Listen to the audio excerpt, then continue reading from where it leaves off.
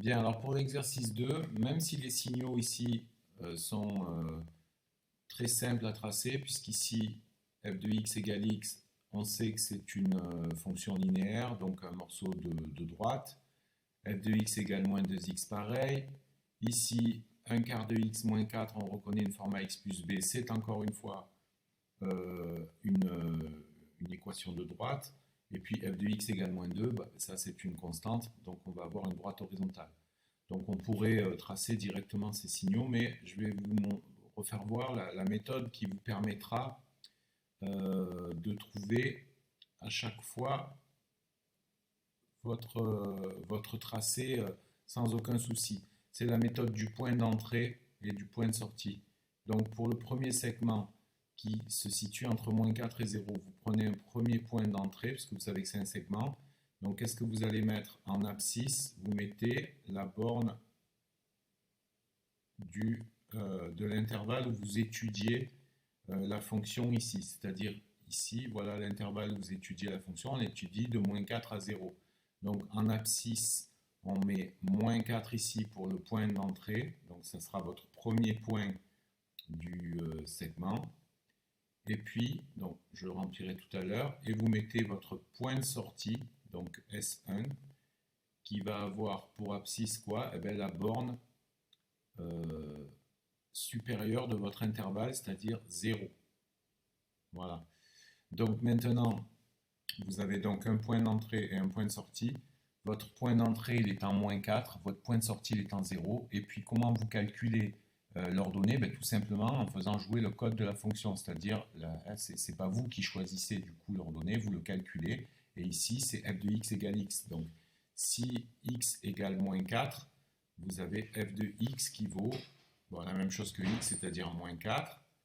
Et donc, en 0, pareil, si x vaut 0, f de x vaut 0 aussi, puisque le code c'est f de x égale x. On recommence ici pour la deuxième partie. Vous avez un point d'entrée que je vais appeler E2.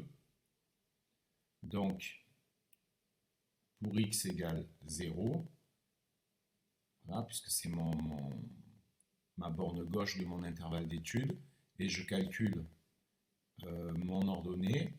Le code c'est f de x égale moins 2x, donc je fais moins 2 fois 0, et moins 2 fois 0 c'est 0, donc j'ai un point d'entrée E2 qui est en 0, 0, et mon point de sortie S2, donc je le prends pour x égale 4, et donc je vais avoir f de x égale moins 8, puisque 2 fois moins 4 égale moins 8.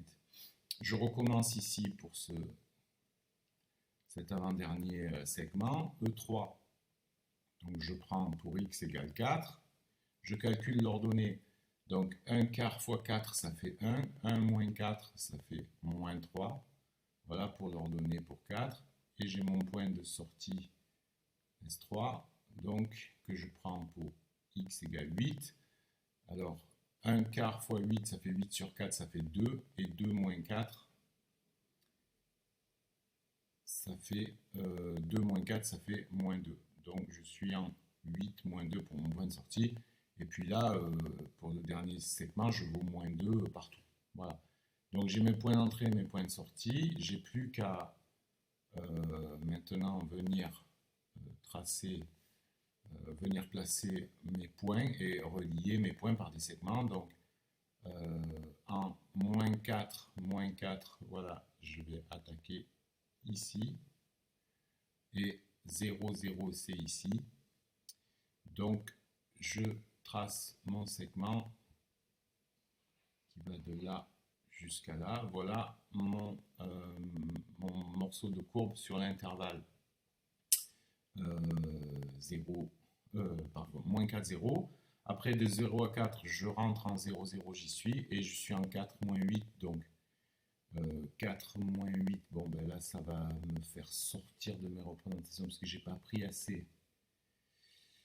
Je n'ai pas pris assez de marge. Bon, c'est pas grave, je vais un peu tricher. Donc si je passe en 4 moins 8, ça veut dire que, bon, en 2 je vaux moins 4. Voilà, je vais un peu tricher. Donc, voilà, mais vous, sur votre feuille, il n'y aura aucun problème. Donc, c'est une feuille qui va descendre comme ceci jusqu'à 4. Voilà. Donc, ça descend jusqu'à -8, hein, mais bon, vous comprenez, vous le placez, vous, sur votre feuille. Il n'y a pas de souci. Là, je me suis pris un peu court là, pour vous faire une représentation assez grande.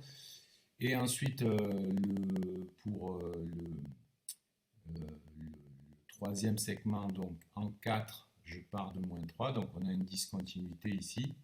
Et en 8, j'arrive à -2.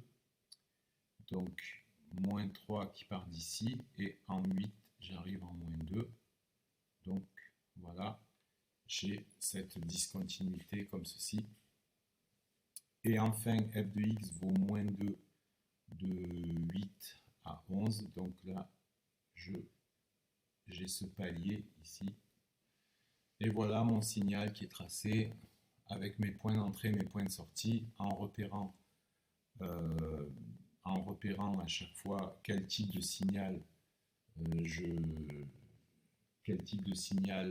dois tracer. Là, ici, ce sont à chaque fois des droites, puisque j'ai des formats x plus b pour les 4 exemples, même le dernier, puisque c'est un format x plus b avec a égale 0. Donc je n'ai que des fonctions affines, que des morceaux de segments à tracer.